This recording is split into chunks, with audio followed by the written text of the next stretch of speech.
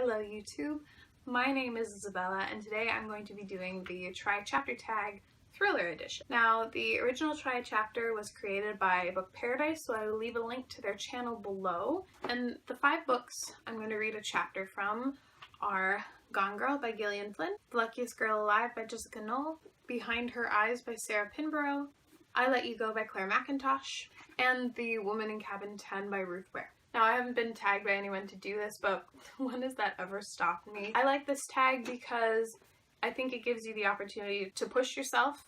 Me doing thrillers, I never read thrillers. I'm kind of a baby, and if you really don't like something, you can just unhaul it. Hopefully you can find a really enthralling read. Before I get started, I did get a new shelf, and I've kind of been playing around with like lighting and angling and stuff, so nothing's set in stone. And to be honest, I don't entirely love the way all my shelves have been set up, so there's probably going to be a lot of changing. So the first chapter I'm going to attempt is from Gone Girl.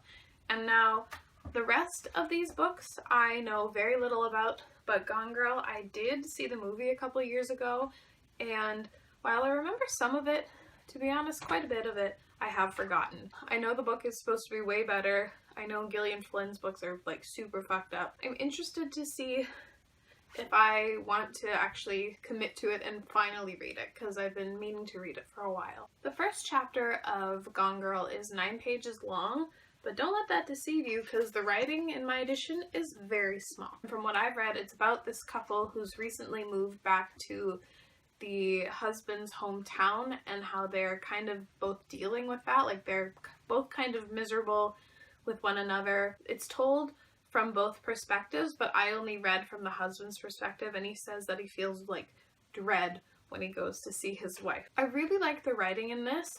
I liked the atmosphere and suspense that was already starting to build. You can tell that there's something lurking beneath the surface, and obviously it's a thriller. Something's gonna go wrong, but yeah, I like the writing of this one. The next chapter I'm going to read is from The Luckiest Girl Alive.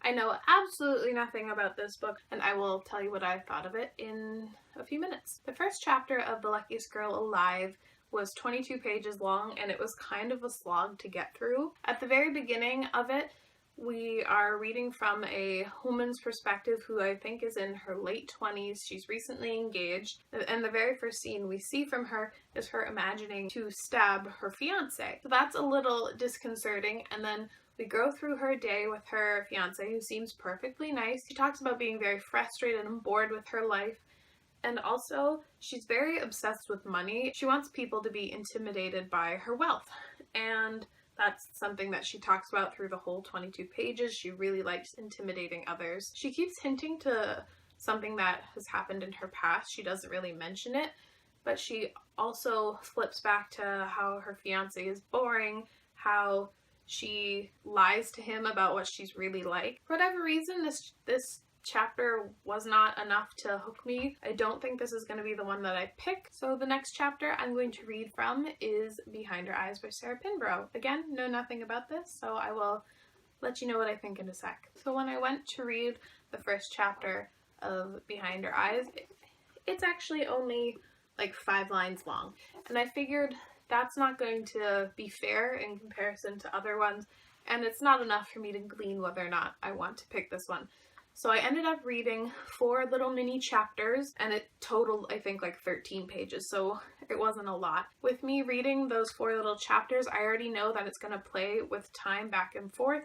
There was a thing that says before, later, and now, and we also, as far as I know, have the perspective of 2 different women. Something about this book is really pulling me in, and I guess it's because like the first little opening lines seems to lead you to believe that someone is dead, and I'm thinking it possibly is going to be one of our 2 leads, and you're going to have to figure out which one is dead, how are they connected. The writing has kind of a like sinister-ish quality to it, like something's creeping up from the background. Something is really pulling me towards this one, and yeah, I'm pretty intrigued by it.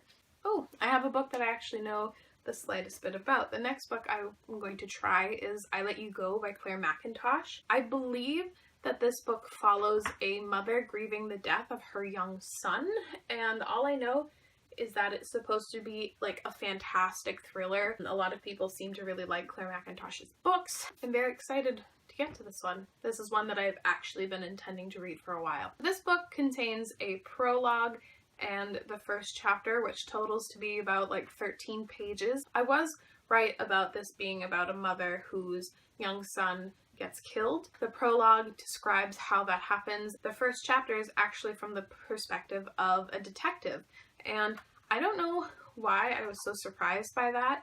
I guess I just assumed that it would be all about the mother and her perspective and her grieving her son. From what I read, I liked it, and I do think that I will read this book in the future, but from what I'm feeling right now, I'm not really feeling a detective story. This one is, I liked it, but not right now. I think that's how I'm leaning. The last and final book is The Woman in Cabin 10 by Ruth Ware, and I do know that this book takes place on a ship, and that's all. I know Ruth Ware is pretty popular in the thriller community. Her books seem to be really atmospheric, which is something I'm really feeling at this time, like 2 weeks before Halloween. So yeah, I'm interested to see how I feel about this one. The Woman in Cabin 10, like I Let You Go, has both a prologue and its first chapter, and that was only 8 pages.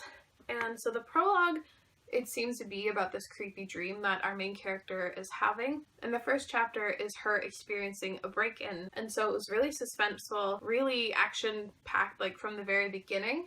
And it's kind of what I want in a thriller. I kind of want something that's action-packed that I can flip through. I don't know how the boat comes into play with it, because I was under the impression it takes place on a boat, so I could have been wrong about that, but I don't know. We'll see. So I read the first chapter of 5 different thrillers, and 4 of them I liked the first chapter enough that I would consider reading, but the 5th one, The Luckiest Girl Alive, I'm kind of toying with the idea of unhauling.